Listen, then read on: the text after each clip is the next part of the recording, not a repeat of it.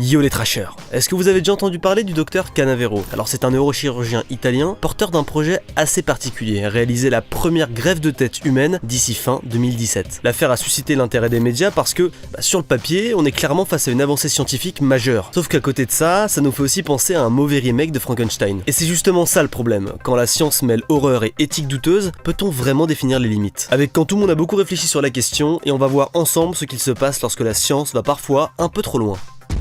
Les greffes inhumaines.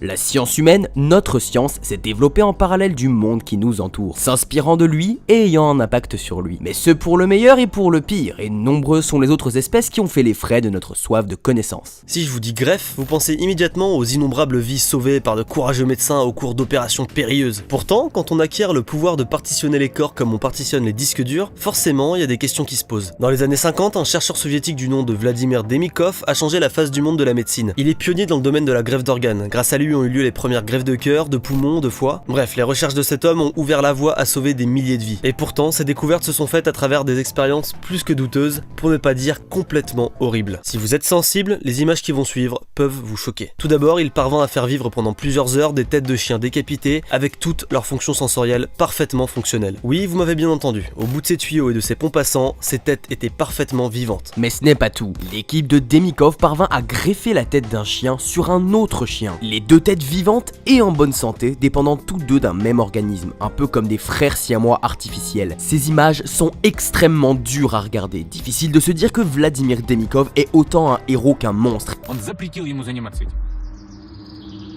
Он говорит, я не могу видеть эту собаку.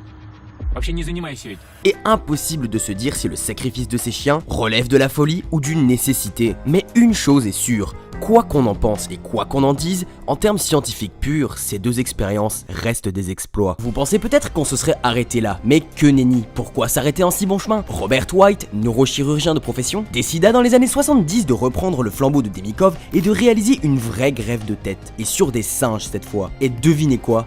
Eh bah, il a réussi. Il est parvenu à greffer la tête d'un singe sur le corps d'un autre singe et à faire vivre la pauvre bête pendant 1 jour et demi. Même si elle ne pouvait pas bouger son corps, la bête a tout de même essayé de les mordre comme dans un élan désespéré. Quand l'on voit à quel point on a progressé entre Demikov et White, eh bien on se dit que Canavero pourra peut-être bien parvenir à son but plus tôt qu'on ne le croit. Les intoxications. De la même manière, nombre d'animaux sont tenus en laboratoire pour faire les frais de tests sur certains produits, les premiers étant nos amis les rongeurs. Près de 1,5 million d'entre eux ont été utilisés à des fins expérimentales en 2014. Tests de médicaments ou même de poisons, les rongeurs sont peu coûteux, abondants, faciles à manipuler et avec un organisme largement assez proche de l'homme pour les substances. La mise en place des échelles de toxicité notamment, s'est faite par le sacrifice de souris auxquelles on a infligé des morts parfois très douloureuses. On va jusqu'à brûler la peau des animaux pour tester les limites de la résistance d'une crème solaire ou à brûler les yeux des lapins en testant les émulsifiants des cosmétiques. Bon, par contre, pour ce qui est des cosmétiques, pour moi la question ne se pose même pas. Non, c'est de la souffrance gratuite. Si science et cosmétiques étaient liés, Nabila serait prix Nobel. Mais sachez que les souris n'ont pas le monopole de l'intoxication chez les animaux. Les singes et les chiens notamment ont fait les frais d'horribles expériences. L'une des plus connues et des plus vicieuses, selon moi, est celle qui consistait à vaporiser abondamment de la vapeur de cigarette sur des animaux dans de tout petits espaces. Et ce pendant des durées qui pouvaient atteindre 3 ans. Vous voulez un exemple plus précis ?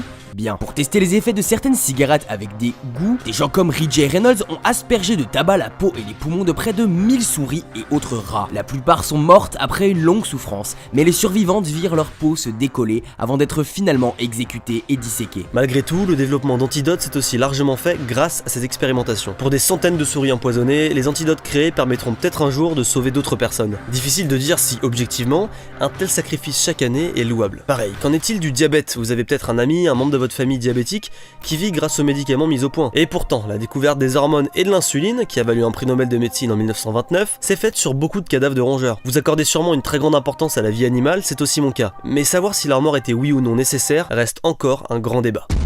Manipulation génétique et hybridation. Vous ne le savez sûrement pas, mais l'humain a créé des monstres. Et si vous ne me croyez pas, j'ai 3 exemples à vous montrer. D'abord, laissez-moi vous présenter la souris dénommée souris de Vacanti, nommée après son créateur, Charles Vacanti. Et non, vous ne rêvez pas, c'est bel et bien une oreille humaine greffée sur son dos, induite lors de sa naissance en greffant le gène homéotique de notre propre oreille. On ne s'est pas arrêté là, on a également fabriqué une multitude de souris fluorescentes en leur incorporant l'allèle d'une méduse. Bon, ça c'est gentil presque, c'est inoffensif. On a fait pire. Une maladie consanguine, appelée appelé cyclopisme, fait que l'individu n'a qu'un œil et ne vit que quelques heures. Et bien dites-vous que grâce à une poignée de tests et d'observations sur des chèvres, on suppose qu'une plante peut induire cette déformation. Sinon, saviez-vous qu'un chercheur russe, oui encore un russe décidément, avait tenté de créer un hybride entre un singe et un homme? Son nom était Ilya Ivanov. Il avait d'abord inséminé des femelles chimpanzés avec du sperme d'homme, mais ça n'avait pas fonctionné. Il s'est pas découragé, il a voulu tenter l'inverse, mais on ne l'a pas laissé faire. Donc on ne saura jamais, je suppose, et c'est peut-être mieux comme ça. Mais qu'en est-il par exemple des tests psychologiques? Une vidéo extrêmement dérangeante a émergé il y a quelques temps de cela. Des singes qui subissent des tests sur la maladie d'Alzheimer, le tout accompagné d'un mauvais traitement absolument consternant. Les gens qui se retrouvent la tête en prisonnier dehors, ils sont pas libres de leur mouvement. Donc la première fois, ils sont à voir, et après, plusieurs semaines, tu n'y arrives plus, parce qu'ils savent comment y arriver. On peut ne pas être d'accord et penser que l'on doit ou ne doit pas faire des tests sur les animaux, mais dans les deux cas, je considère inacceptable de lui manquer de respect gratuitement. Des espèces exploitées et menacées. Voyons ensemble un dernier exemple, un qui est particulièrement problématique et qui montre à quel point il est dur de savoir ce qui est juste et ce qui ne l'est pas. Voici un animal extrêmement choupi, la limule. Quoi? Si, il est choupi, regardez-le. Cet animal, de la même famille que les araignées et les scorpions, possède un sang d'une couleur bleu vive. Et ce sang a des propriétés pour le moins particulières, permettant de sauver un nombre incroyable de vies. En effet, ce précieux liquide coagule en présence de certaines bactéries. En l'utilisant pour tester des équipements médicaux, on permet à des milliers de personnes de ne pas contracter d'infection. Mais pour obtenir ce sang, il n'y a pas 36 solutions, on procède à saigner l'animal. Alors bien sûr ça le tue pas, mais on a récemment constaté qu'en plus du stress et de la douleur subie, c'est 30% des limules qui ne se remettent pas des saignées, soit 2 fois plus que ce à quoi les scientifiques s'attendaient. Pourtant, rien ne ralentit, et ce parce que au-delà de la science, c'est surtout une bonne grosse histoire de pognon. Ce coagulant se vend pas moins de 15 000 $ le litre. Alors, on fait quoi maintenant? Pour essayer de comprendre un peu mieux votre point de vue sur le phénomène, j'ai ouvert un stropole sur les réseaux sociaux, et les résultats sont assez intéressants. Sur un peu plus de 2200 réponses, près d'un tiers considère que le sacrifice animal est parfois nécessaire, s'il est exceptionnel et qu'il sert à un domaine important, contre un autre tiers quasi équivalent qui ne cautionne pas que l'on fasse de mal à l'animal, même pour un domaine crucial. Plus intéressant encore, il y a une proportion similaire de gens qui cautionnent tous les tests que de gens qui n'en cautionnent aucun. Ce sondage prouve quelque chose. Il prouve que la question mérite d'être posée. Un grand pouvoir implique de grandes responsabilités. Chaque jour, on repousse les limites de ce que l'on peut accomplir. Mais une chose est importante à retenir. Ni moi ni Arthur ne prétendons savoir ce qui est bien et ce qui ne l'est pas. À vous de créer et de défendre votre éthique de scientifique si un jour vous ne voulez pas aller trop loin et le regretter. Plus que jamais, j'aimerais vraiment connaître vos réflexions dans les commentaires. Pensez à mettre un pouce bleu si vous avez apprécié la vidéo et à la partager au maximum. Abonnez-vous à Trash et à nos chaînes personnelles pour ne rien manquer de la suite. On vous fait plein de bisous. Quantum, out.